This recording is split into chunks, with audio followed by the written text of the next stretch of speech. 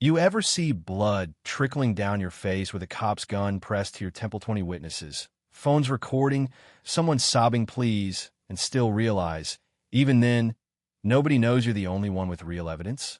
That was me, Elijah Reynolds, just a few months after getting my last salute as a Navy SEAL. Hell of a homecoming, right? You know what I mean?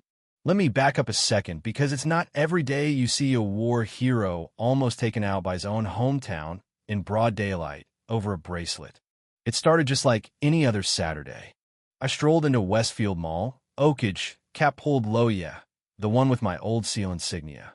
I was 38, but still walked like I was reporting for duty. 18-year service will do that to you. All I wanted was a gift for Mom's birthday, just a simple silver bracelet, maybe with a few sapphires, because that's what Dad had given her before cancer took him while I was deployed in Afghanistan. You'd think shopping for your mother would be the easiest mission I'd ever had. Not in Oakage. See, my dad, Dr.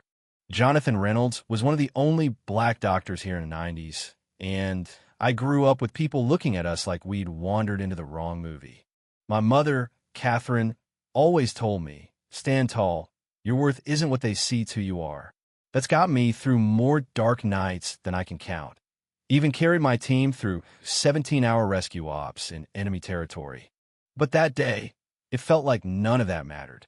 Because like clockwork, security was eyeing me before I even made it past the watch counter.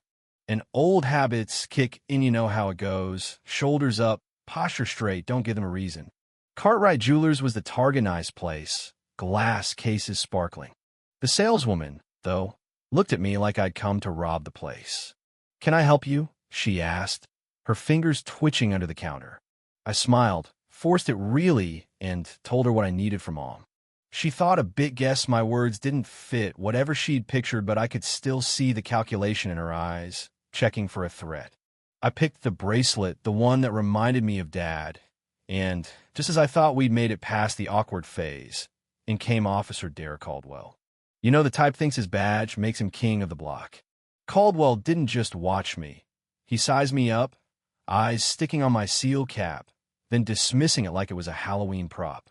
He's standing at the door, hand resting on his holster, and I can feel him thinking, what's this guy doing dropping $3,000 on jewelry?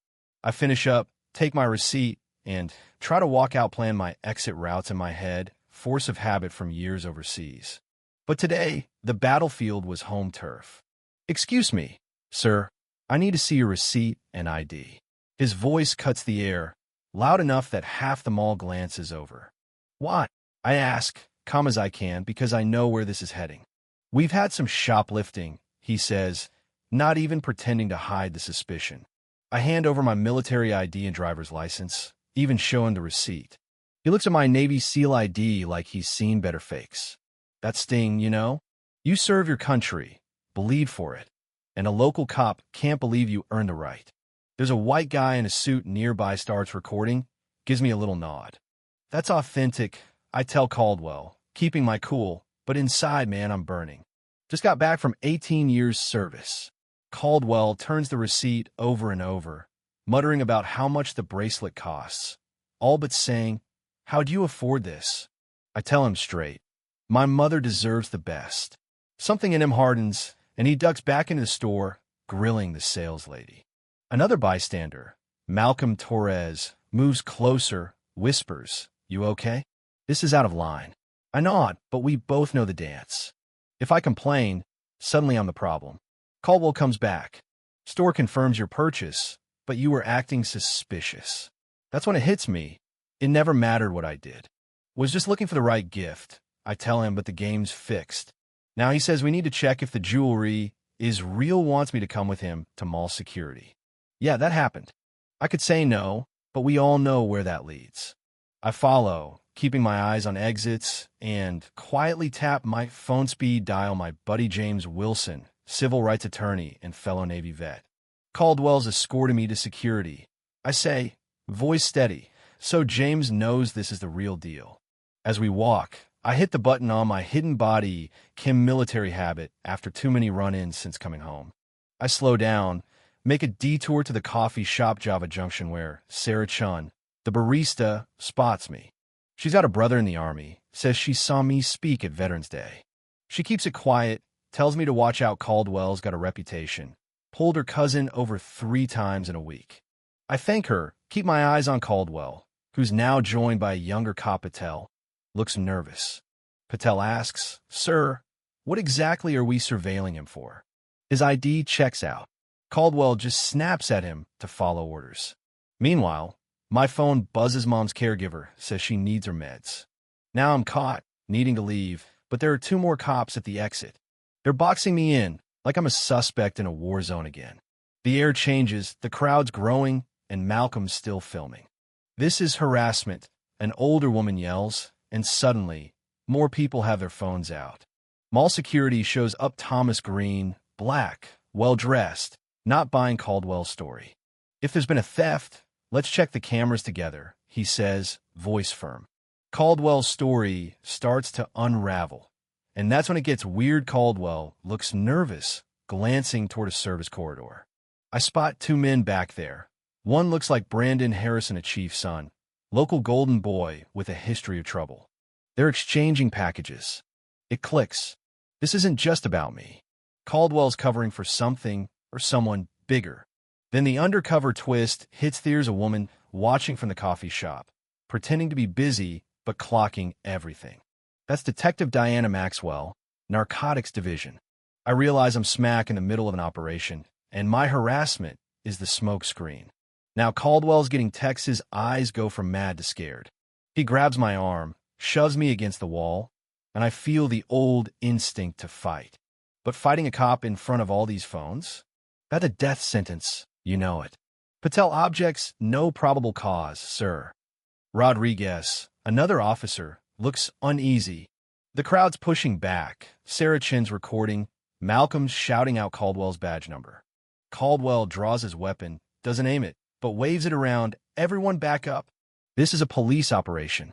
Now we're live thousands watching." Caldwell's trying to drag me to an exit, but Sergeant Williams, an older black cop, steps in. "Detective, stand down." Caldwell doesn't listen. He's lost the script, desperate. The mall's chaos now. Chief Harrison and FBI agents pushing the big guns. Caldwell's back is to the wall, weapon drawn, sweating bullets. Chief Harrison tries to talk him down, says his son called, says he knows about the deal. Caldwell panics, backs toward the service corridor, threatens everyone, points the gun at his own boss. But then the FBI corners Brandon Harrison and the other dealers. Caldwell's crew is caught, and he cracks. "You don't know what you're walking into, Reynolds," he mutters, dropping his weapon and badge. I get my handcuff unlocked, bruised but standing. Mall security hands me my cap. Sarah gives me an ice pack. Malcolm is still live streaming. The state attorney general shows up, apologizes, and promises a full investigation. I tell her it's bigger than Caldwell. This is about a system that let this happen. 3 weeks later, I'm at my mom's hospital bedside, her bracelet glinting in the sunlight. Chief Harrison's resigned. Brandon's in rehab, cooperating with the feds. Patel's leading the new Integrity Division. Sarah's started a community support group. The Oversight Committee wants me as an advisor. Funny how a trip to buy a birthday gift exposed a web of corruption stretching across 4 police departments. Detective Maxwell's sting operation, my body cam. Malcolm's Lavestry Amphisands of people watched in real time as the system tried to chew me up and spit me out. Instead, together, we cracked it wide open. And now there are new policies, more body cams, mandatory external oversight. But it started with a moment, one man refusing to bow, a crowd refusing to look away, a handful of allies inside and out risking comfort for the truth. So I ask you, what would you have done if you saw a Navy SEAL, a black son, nearly railroaded in his own hometown for doing everything right?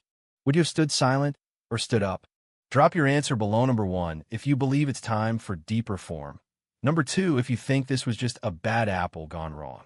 Like and share if you think real courage isn't just what happens overseas, but right here at home, every single day, in places we're told are safe. Because you never know, sometimes the fight for justice starts with a birthday bracelet and ends with a city changed forever. And if you've ever witnessed injustice, don't underestimate the power of standing up recording, speaking out. That's how lighthouses get built, even in the darkest storms.